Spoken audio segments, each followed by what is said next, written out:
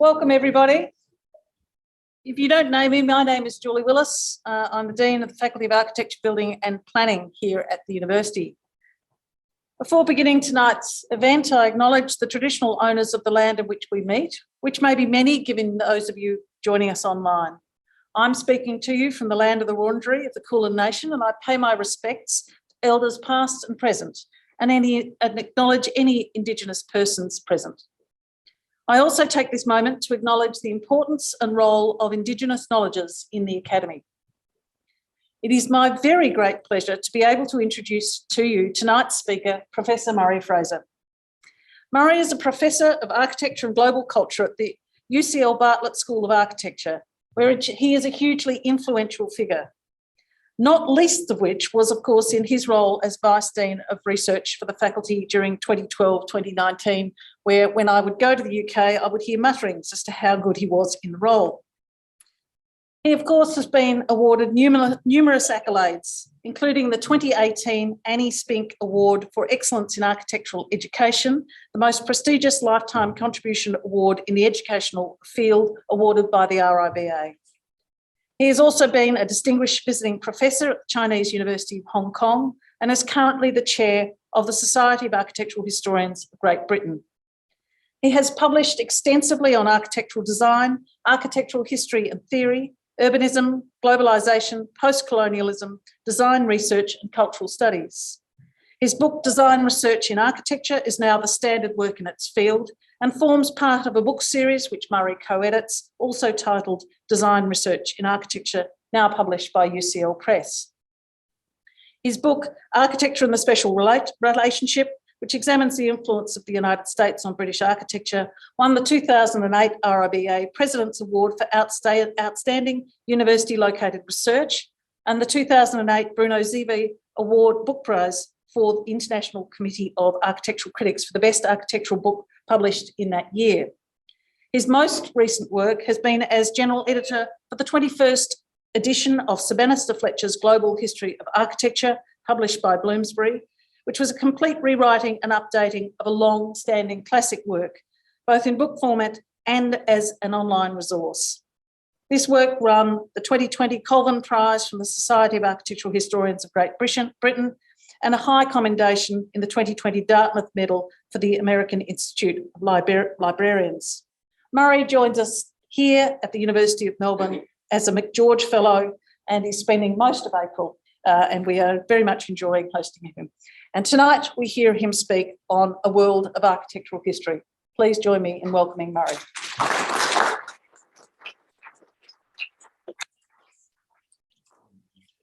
Stop making that noise. Sorry.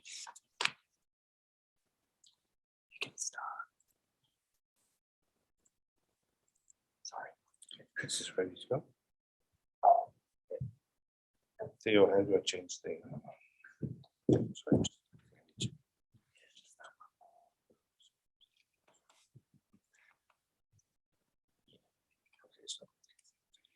Thanks up.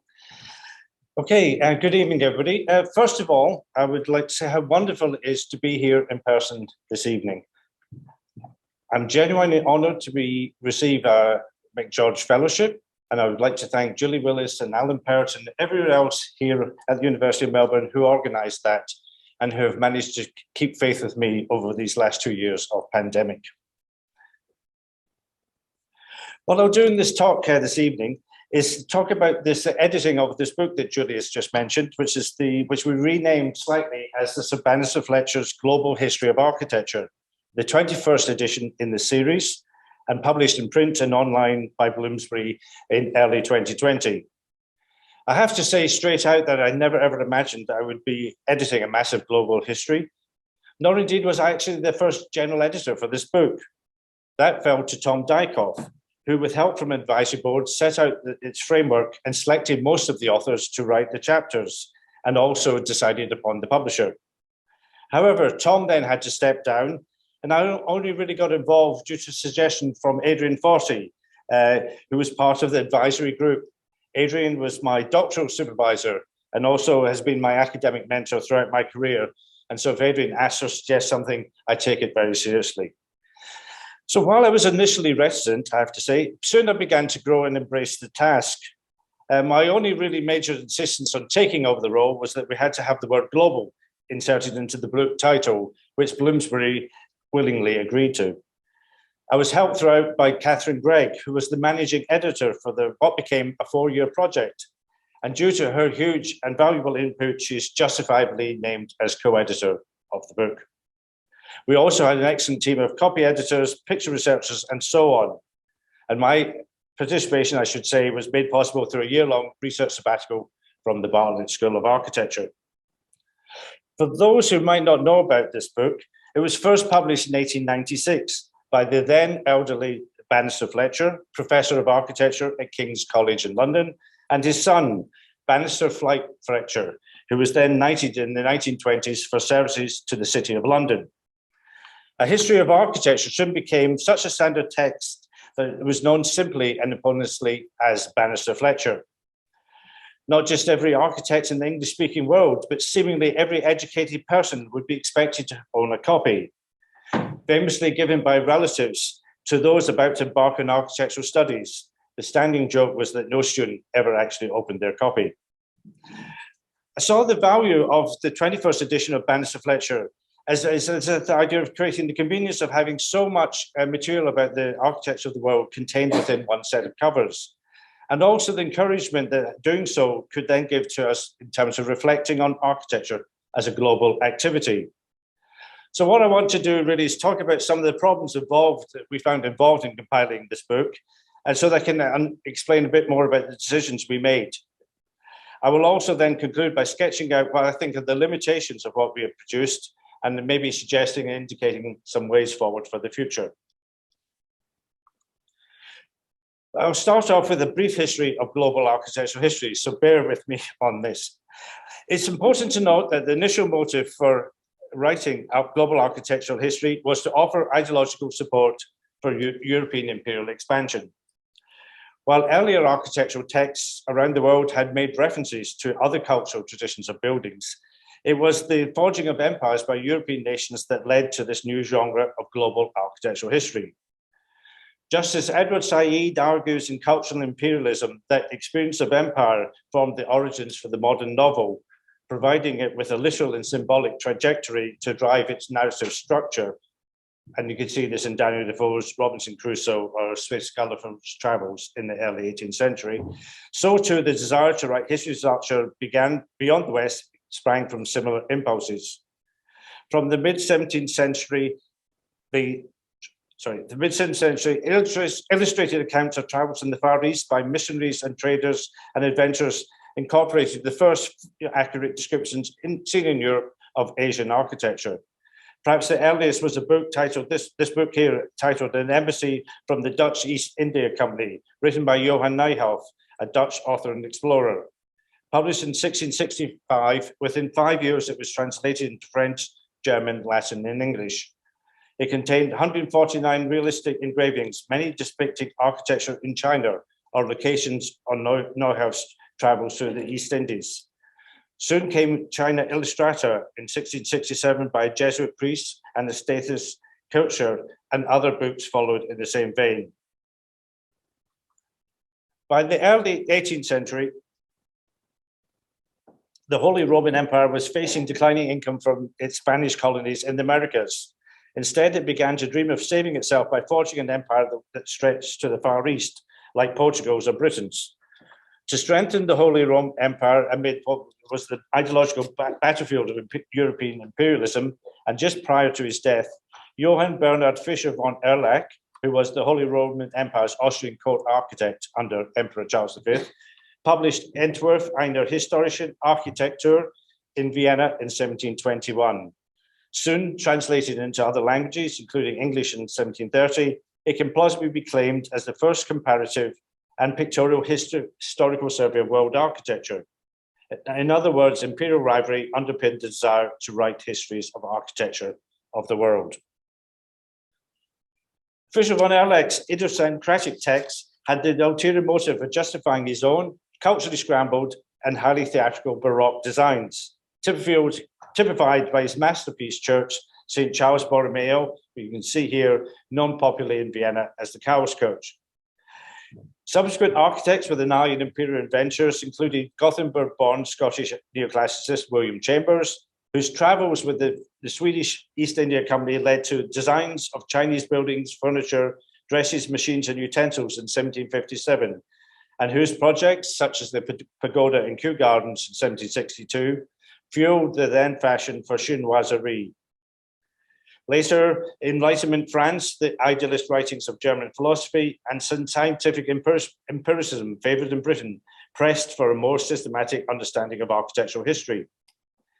In France, the key figures were Charles-Julien Roy and two pupils of his, Jean-Nicolas Louis Durand and Quatemar de Quincy. Their crucial contribution was to classify architectural plans into specific building types. In Germany, the first global survey was by Christian Ludwig Stieglitz in 1827, and the next 2 decades saw contributions by those such as Daniel Ramy in France, Edward Boyd, Thomas Talbot Bury, and Edward Freeman in Britain, and in the USA, Louisa Tuttle and Benson John Lossing, the last name offering a potted architecture history still framed by the biblical flood. The peak, however, came in the 1850s with 3 canonical global surveys that attempted in different ways to establish architectural history as an academic discipline, alongside emerging art history. 2 of them were from Germany by Franz Kugler and Wilhelm Lübke, and the other by James Ferguson in Britain. Oh, sorry. These monumental surveys waned in reputation with their authors' deaths, opening up by the 1890s a gap in the market eagerly filled by Banister, Fletcher and his son. Their book was fulsomely titled, A History of Architecture on the Comparative Method, for the student, craftsman and amateur, being a comparative view of the historical styles from the earliest period. Over the years, it proved to be the longest lived and most successful of these global architectural history surveys, yet it carried problems, most notably in its blatant European bias and implicitly racist attitude towards non-Western architecture. In this, however, the book was not alone. James Ferguson, for instance, had predicated his 1865 book, A History of Architecture in All Countries, on a troubling ethnographic and racial division of architecture into Turanian, Semitic, Celtic, and Aryan.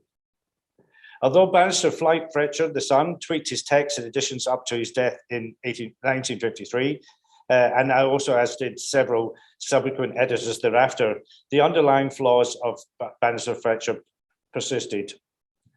Indeed, we can see the global architectural histories of this kind as tracking the course of global power, initially European, they then became essentially British, and then in more recent times, American. It is, of course, the most major and most serious criticism of all, and one I will return to.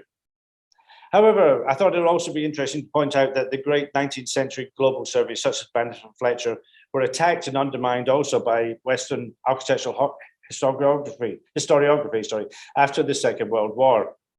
One can see this by looking at responses to the major texts by the likes of Fisher von Erlach, Ferguson, Fletcher, and Auguste Choisy, taking a sample. That's why Nicholas Pevsner could say in the 1950s that Banister Fletcher was an, quote, indispensable guide. Only a few years later, Rainer Banham in the Architects Journal said that Pevsner's outline of European architecture had actually provided his generation with a much needed escape route. And I won't read this quote, but you can see this is Banham claiming that his was the first generation not to be corrupted by contact with Banister Fletcher. Objections by these later writers to the 19th century global architectural history centered on 4 key points. The first was morality, the second operativity, third modernity, and the fourth was parochiality.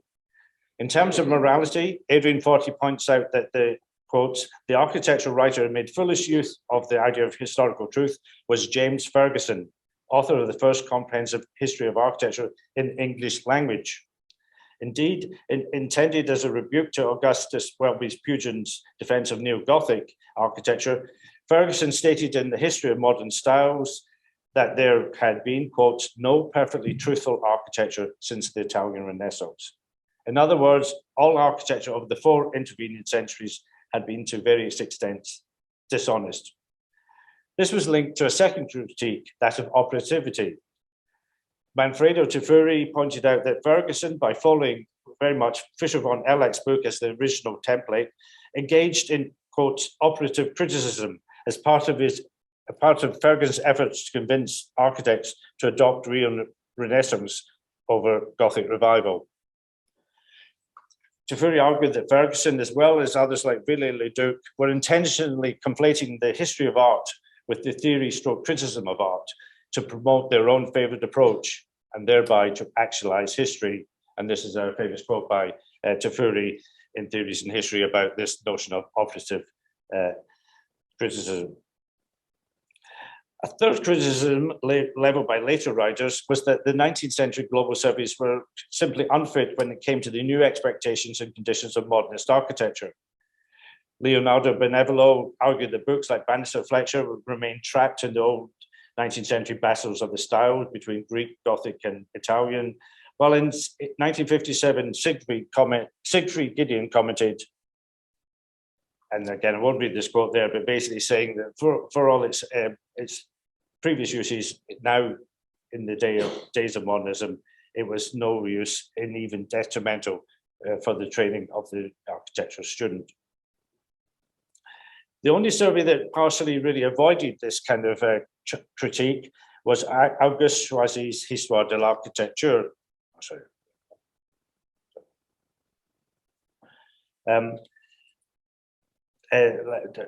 Histoire de l'Architecture. Auguste Perret and Le Corbusier praised it as a part of a long French tradition of structural rationalism from Laugier, Le Proust, Guadet, etc., feeding into a vision of French modernist architecture rooted in engineering. Thus, Choisy was claimed as a proto-modernist by figures like Ernesto Rogers, Rainer Van, and Peter Collins, and later Kenneth Frampton, especially in the latter's studies in tectonic culture. Others, however, were less convinced. Tafuri and Dalco in modern architecture quickly brushed aside Choisy as a historicist and a positivist, and others like Kraft and Curtis had similar criticisms. Given that few of us today believe that we can posit singular truths in the humanities, nor are we likely to defend the idea of operativity, nor do we really worry about conforming to the ideals of 20th century modernism, it is perhaps the fourth criticism, the accusation of parochiality amongst the 19th century world histories, that is most relevant now. For it soon became noticeable that Swiss and German architectural historians like Heinrich Wölfflin, Siegfried Gideon, and later Kraft and others would willingly make references to German language global surveys, yet all but ignore French and British examples. Choisy was championed by Perret, Corbusier, and mentioned by French architectural historians through to Jean-Louis Cohen. Yet it arouses little interest by comparison in, for instance, Germany or Italy. Andrew Leach also points out that the highly partisan ideology of British architectural writers was such that they only tended to cite Ferguson or Banister Fletcher and not the others. Hence, the classic historical surveys of the 19th century not only failed to deal with architecture globally, they also failed to be, quote, global, even within the confines of the West, the part of the world they were celebrating. Economic, cultural, and linguistic realities proved stronger. So I'll look now at more specifically at Banister Fletcher legacy. Banister Fletcher, Fletcher, the son, was a very skillful operator and managed to ensure that his was the only world history that was republished well into the 20th century, despite becoming increasingly anachronistic. Written in English, it benefited from the global dominance initially of the British Empire and then the USA. And it's worth noting in contrast, Choisy's book never received a full English translation. Otherwise, the book, known simply as Banister Fletcher, became the unthinking and unthreatening tool with which the new university-based architecture schools in English-speaking countries, typically modelled on Beaux-Arts methods, could use when they wanted to teach architectural history to their students. And this lasted, as we'll see, at least until the mid-20th century and actually later. The prestige of Banister Fletcher in English-speaking countries up to the Second World War was undoubted, and this is something we sometimes forget today. To give an example, a reviewer in the New York Times in the early 20s, despite expressing certain caveats, described the latest edition as, quote, the best book ever written on such an important subject as architecture. We need no more general histories of architecture. This is unapproachable. Joseph Escher recalled also that the book was the touchstone for his architectural history tutor at the University of Pennsylvania in the 1930s. And another US architect remembered that Fletcher continued to be the text of choice at Cornell until the early 1960s. Others within the Anglophone realm tell similar tales. And then if you look at colonies, former British colonies like Sri Lanka, you have examples of people still using Banister Fletcher well into the 1970s. Later, or not long after, the American Institute of Architects called it their, quote, book of the century. What all this did, however, was to create a rather complacent milieu for Banister Fletcher in English-speaking countries, something criticized by Bruce Alsop for causing, quotes, the decline of architectural historical thinking. It produced a sterile state in which, for instance, Peter Collins, in a 1990 essay, slightly tongue-in-cheek, urged contemporary architects to worry less about fashion and more about the principles underlying their buildings, because, he said, this would mean, quotes, they might see it stand a better chance of being included in the edition of Banister Fletcher issued in AD 2060. Outside of English-speaking countries, although Banister Fletcher was translated into Russian, Japanese, and a few other languages, it tended to remain unknown or else be ignored. However, the colonialist ideology that underpinned the worldwide historical surveys was plainly evident to architects and scholars outside the Western sphere. Their anger was especially focused on Banister Fletcher's famous two drawings of the Tree of Architecture, one from 1905 and then updated in 1921, which relegated all the non-Western architecture to stunted lower branches. The first consensus critiques of Banister Fletcher arose in Japan from around 1900, from the likes of Ito Chuda, yet often they displayed their own nationalistic bias.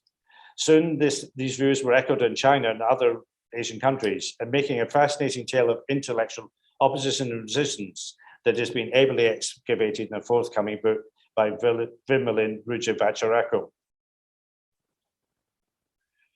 Later in the 20th century, the attacks on the classic surveys came from those in the US liberal arts faculties, who were very concerned about the crude expression of Western supremacy within architectural history, one that involved the blanket admission of so much of the world's buildings.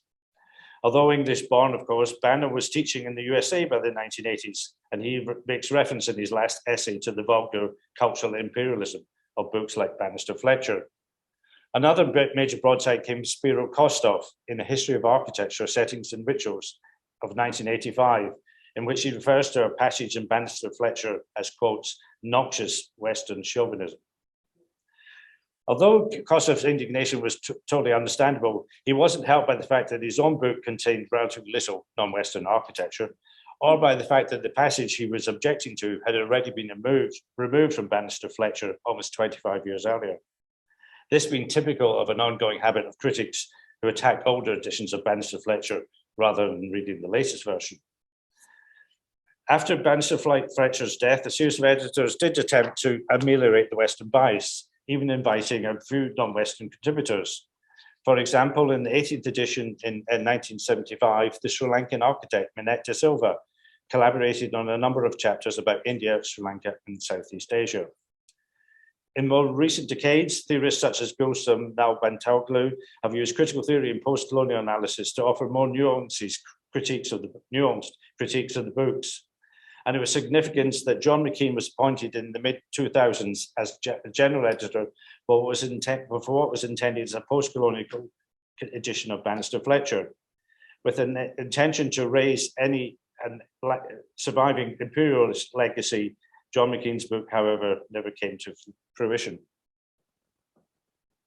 In the meantime, other alternative global surveys have been written either by sole authors or small three-person teams. And in terms of global architecture histories written in languages other than English, the only real major example is the work of Chen Zhuzhia in China, whose impact is heavily restricted by remaining untranslated. So what I'll do now is I'll talk about the alterations that we made in the 21st edition. The dilemma that faced me as the general editor when I was taking over this latest edition was how to treat an inherited artifact like Banister Fletcher today, and how could we reconceive it for an era of network globalization.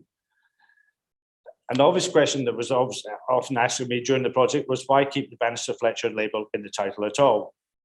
The answer, however, seemed clear enough. Human culture relies on developing what has gone before, even if we had no say in what was done previously and now happen to disagree with it. We build upon the past in how we think and design. Dangerous is the myth of the tabula rasa, the clean break and the fresh start, which spread from the 18th century European Enlightenment into the 20th century modernism.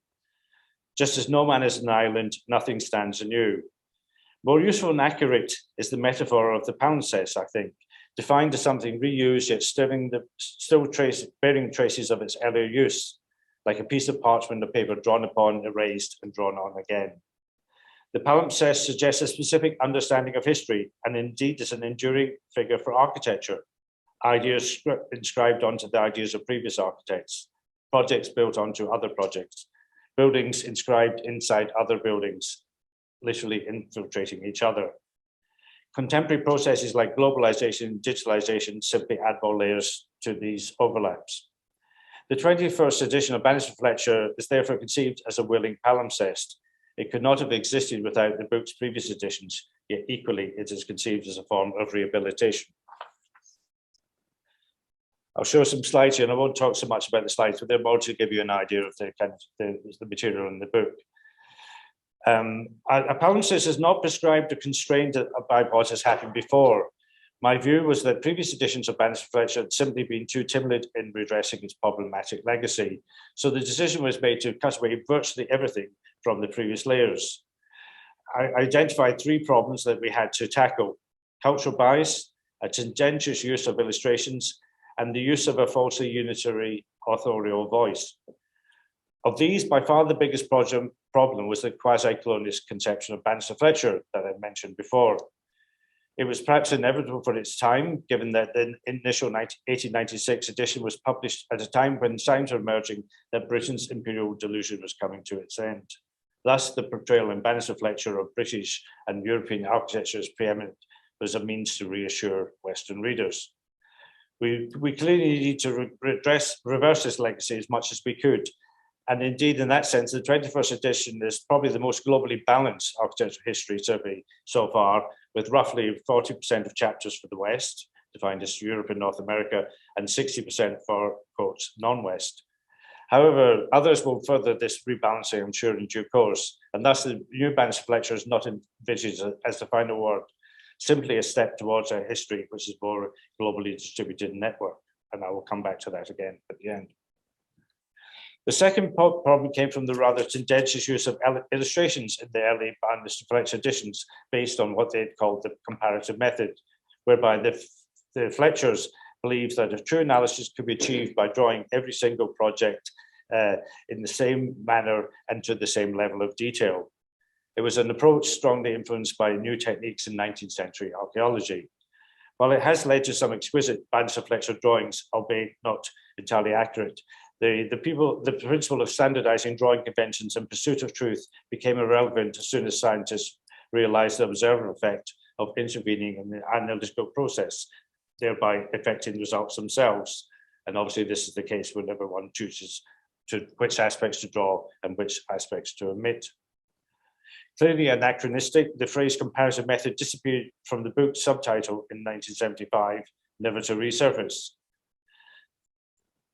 So other sort of intervening issues after that had ducked the question of what to do with the drawings. So for the 21st edition, we decided to sort of change the situation by allowing authors to choose to use these older drawings if they wanted to, but not making them, but instead to compile a deliberately diverse range of illustrations, around 2,500 of them, that we wanted to use to portray the spectrum of architectural creativity. This, for instance, is an engraving showing the earliest surviving architectural drawing from ancient Sumeria. But we also wanted to use maps, drawings, sections, elevations, models, competition entries, paintings, cultural artifacts, and what have you, to help to tell the story, including this beautiful model of Sana of the museum in Japan. The third problem, the false use in previous of Banister Fletcher editions of the single authorial voice was much easier to alter. Instead, for the 21st edition, there's a fully rewritten text in 102 chapters by 88 expert authors drawn from around the world. Every author we chose has long been engaged upon innovative primary research into their specialist subject and time period. And these experts were not only architectural historians, but they're also practicing architects, archaeologists, art historians, and cultural historians. Among them, from the University of Melbourne, are the distinguished historians Philip Goad, Amanda Achmadi, and Paul Walker, who will be speaking at the symposium on the 26th, so I will not mention their work here. 1/3 of our authors are female, which is easily the highest proportion so far in any Banister Fletcher, but it's clearly not sufficient in terms of gender balance as yet. Most of the authors wrote individually, although several chapters are co-authored. In their own voices and adopting their own approaches, the scholars cover a remarkable range of material and archaeological factors. And these include design methods, building technologies, labor processes, construction materials, representational techniques, and what have you. And including this beautiful painting of the building of the Great Mosque in Samarkand by Timur the Great, in which he basically kidnapped a lot of Indian stonemasons, brought them to Samarkand, and brought stone carried on elephants, which was so remarkable they were recorded in this painting. In many regards, it was the relative insignificance and indeed respectful indifference to Banister Fletcher in the 21st century that meant it was actually relatively easy for us to make it sufficiently malleable. As the only 19th century global survey that's still being altered and published, the book's regular income over the decades has amassed a substantial fund that paid for the new edition.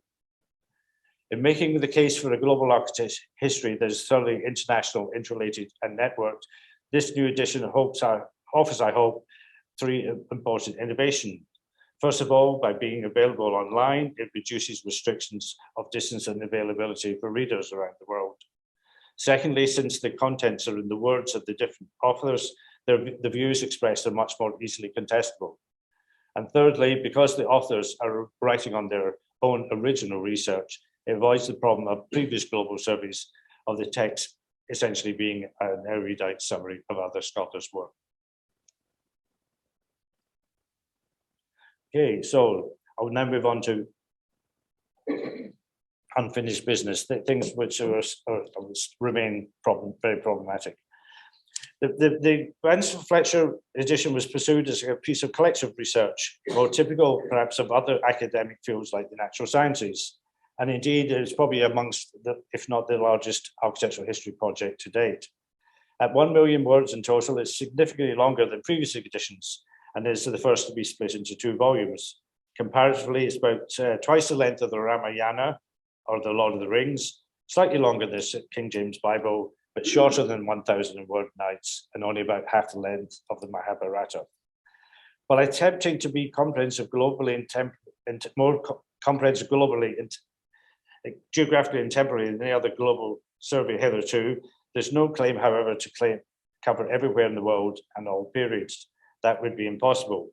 One is reminded here of Jorge Luis Borges' fable on exactitude and science, wherein the cartographers make a one-to-one map of a fictional empire, laying it directly on top of the land. Over time, it becomes torn and frayed, with remnants of the map becoming mixed up with the locations they are denoting. Borges was warning against any claim to trying to produce a complete knowledge or representation of reality in any given text.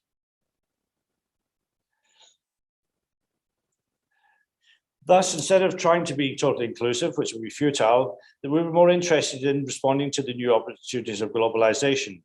Put plainly, it was not possible to have developed a truly globalized architectural history up to this point. Only in recent years has a concerted critique of Western culture dominance become embedded, initially void in literary studies through post-colonial texts by scholars like Edward Said. And now, indeed, in our efforts to justify our efforts today to revisit and re-question Western-centric intellectual structures are still heavily indebted to Said and his colleagues. And even when some architecture historians have identified the problem, such as Costa, the actual means to actually remedy it has only become available recently. Ironically, the remarkable spread due to globalization of language proficiency amongst the generations that came to maturity over the past few decades in many parts of the world, where once English was hardly spoken, has been another undoubted factor when we were compiling our list of authors. It creates, for the first time, a workable common language for knowledge in the subject. So the aim was to make the new Banister Fletcher wide-ranging and learned, yet without pretending to be definitive. Embracing a deeper history of architecture is not an argument for a flat ontology of the subject, but rather to acknowledge the myriad changes over time. Not everything is possible at any one time, and it's important to try to understand why. Hence, we see the global survey like Banister Fletcher in this edition as a supportive counterpart, not a rival, to the specialized studies and microhistories usually tackled by architectural historians. How otherwise can a scholar know how their work or where their work fits into an overall field of knowledge? Ignoring the bigger picture seems dangerous as it leaves an ideological gap, making us vulnerable to generalizations based upon ideas such as common sense. Yet equally, when writing the book, we were equally aware of the understandable distrust as expressed by theorists of post-structuralism, feminism, post-colonialism, and so on, of any attempts to provide a singular Olympian vision. More relevant, we thought, were multiple alternative voices created by having a collection of experts engaged in knowledge production. The new Banister Fletcher thus wanted to mark the change since the 1980s, led by critical theory and cultural studies, that locates architecture more within socio-economic and political conditions, and seeing it ranging from everyday and prosaic through to the unique and monumental. Authors were asked to address these kinds of aspects along the perhaps more usual discussion of intellectual, programmatic, spatial, constructive, and aesthetic factors. Hence, for this new version, each author or set of authors were required to start their chapter with sections in which they discussed history and geography and cultural society of what they were writing about. But yet, despite all that, we realized that writing global architecture history is fraught with problems, intellectual, ethical, and practical.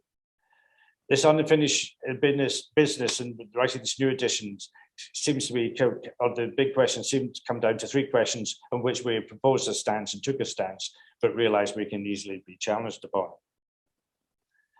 The first of these sort of bigger questions was whether we should organize the book along geographical or thematic lines.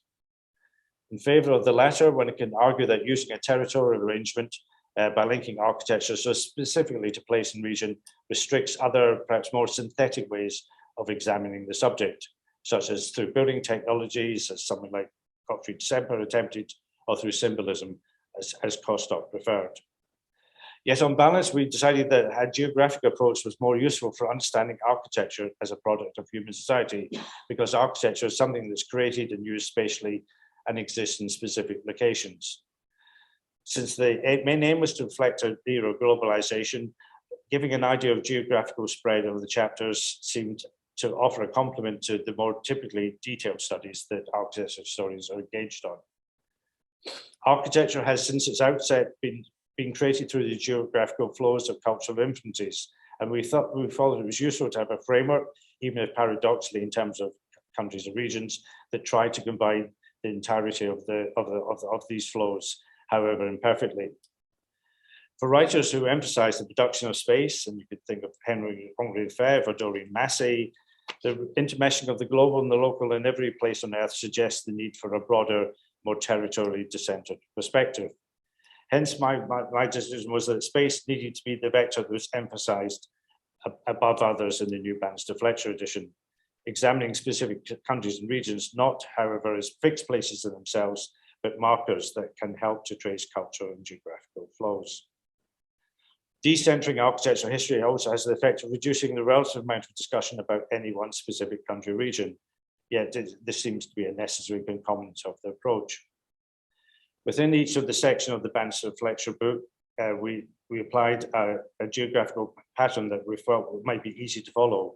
We took a spatial sequence as a loose spiral from the Middle East to Europe to Central Asia, to East Asia, and to Australasia, Oceania, and back through Africa, through to the Americas. A spiral seemed appropriate since it suggests neither total separation nor complete circularity, nor does it necessarily imply inclusivity or reciprocity. This leads us to the second related question, which is how the book should deal with time. For instance, when should we stop and start this Banister Fletcher edition? Taking things up to the present day seemed obvious, but where to begin was much more difficult. So in accepting the typical baseline of 3500 BCE, which commonly is seen as the start of what's called the urban revolution, there were two reasons why we decided to do so. First of all, there are already books that deal with architecture from the earlier human societies, and I would cite Paul Oliver's Encyclopedia of Vernacular Architecture of the World, currently being updated by Marcel Bellinger, and Macgeorge and Beck's Architecture of First Societies, A Global Perspective.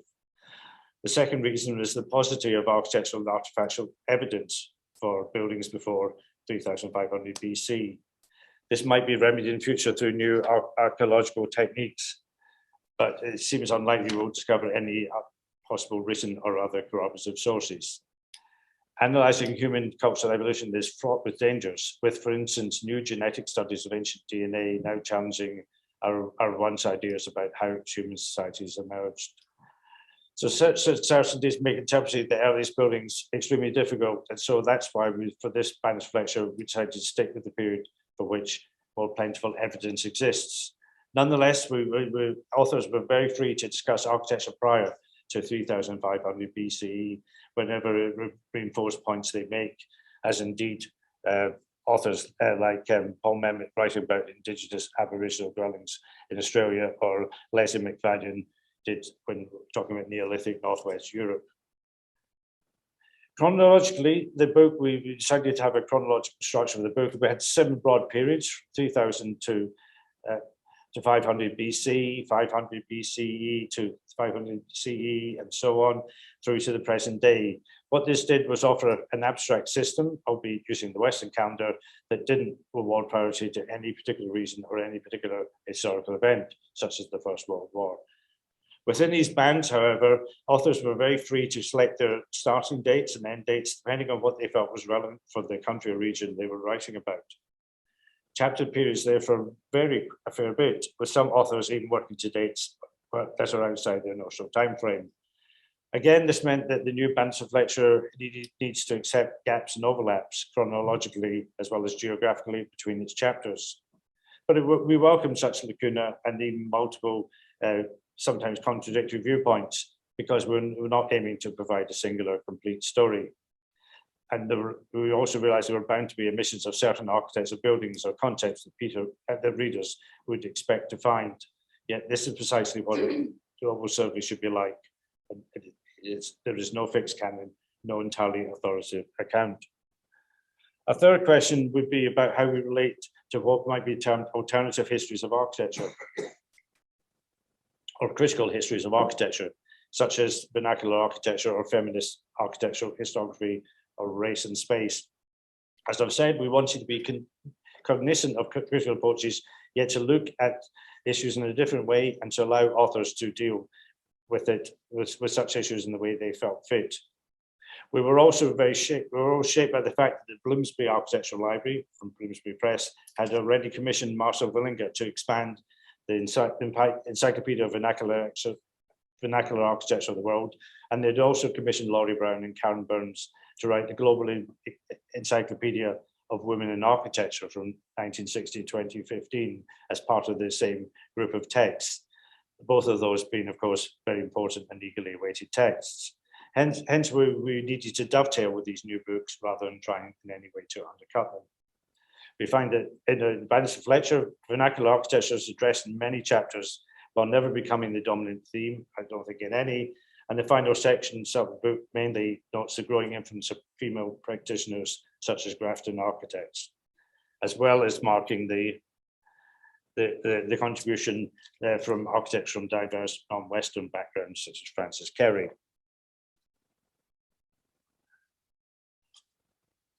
Okay, future potential. So this is the final section. I'll just talk about just wrapping up this talk.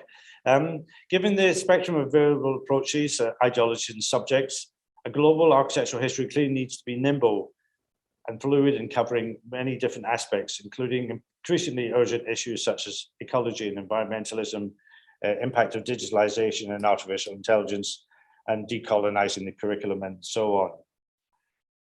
I've also been struck by those such as Jürgen Habermas and John McNancy, who suggest that we're only at the start of a long and complex process of globalization, which might in fact take centuries to work through. So we're nowhere near the end of the process. We're really just at the beginning of it. Power structures, economic systems, social groups, elites, architecture, cultures, etc. Many aspects are in transition. This is why we wanted the new Banister Fletcher to be as wide-ranging and learned as it could be, yet without pretending to be definitive or unitary. As such, it is interested in the broader, more complex patterns of connection and disruption within architectural history, with no attempt to impose any single view or theory or interpretation. It is very openly intended as being provisional, welcoming the fact that it's far from the end story. Future scholars will rightly push the balance even more away from the West and towards non-Western countries, especially once there's an expansion, we think, of research into the architectural history of currently neglected regions, such as those in Africa and Southeast Asia. So what I hope this book, 21st edition, represents is a marker towards a more collectivized, diverse, globally balanced, open source and network approach that will be able to use new technologies, the internet or wherever it's to come, for collaborative transspatial ways to research and think and disseminate. Open-ended and distributed, it could become more like some kind of collective brain. This use of collective globalized network scholarship, would be in parallel to something like the Global Architectural History Teaching Collaborative, a network based in the USA to teach teachers as a result of a concern about the neoliberal erasure of intellectual openness and historical knowledge within architectural schools. The 21st edition of Banister Fletcher is likewise about sharing knowledge inside and outside of the architectural field, hopefully as a way towards a broader thinking about architecture history on a worldwide scale. For the future, my view is that we require a combination of provisional surveys such as this one and lots of detailed micro-histories, mixing analysis of metaflows with more localized and disruptive episodes. Neither approach holds the, quotes, magic key to historiography, and so both are valid. Future global surveys, I think, are more likely to come from those in the, quotes, East or, quotes, Global South, which is something to welcome. In doing so, it will help to shift the vision of the architectural history survey away from something that seems closed and fixed to one that's open in relationship. Gaps and fissures will still remain, of course, but there can never be complete coverage. By distributing and collectivizing the writing of architectural history, for me, the underlying purpose now, today, of global surveys is that they can help to reveal the difficulties being experienced in achieving global connectivity and equality. One persisting difficulty that we found in trying to sort of get the authors for the new Banister Fletcher is simply that there's much less scholarship about the architectural history of huge areas of the globe, especially in Africa, to enable a full balancing as yet, although hopefully the situation will improve in time. And here to end, I'll just mention my current role along with colleagues in setting up AFRIN to help develop a new generation of scholars in architecture, in African architectural and urban history. And then these include a number of figures, including Nnamdi Ele, who wrote an excellent chapter for the Banister Fletcher, in which he looked at the effect of the transatlantic slave trade on architecture in early modern Africa. So the baton needs to be handed over symbolically to a new generation to globalize architectural history even further and more effectively. Thank you.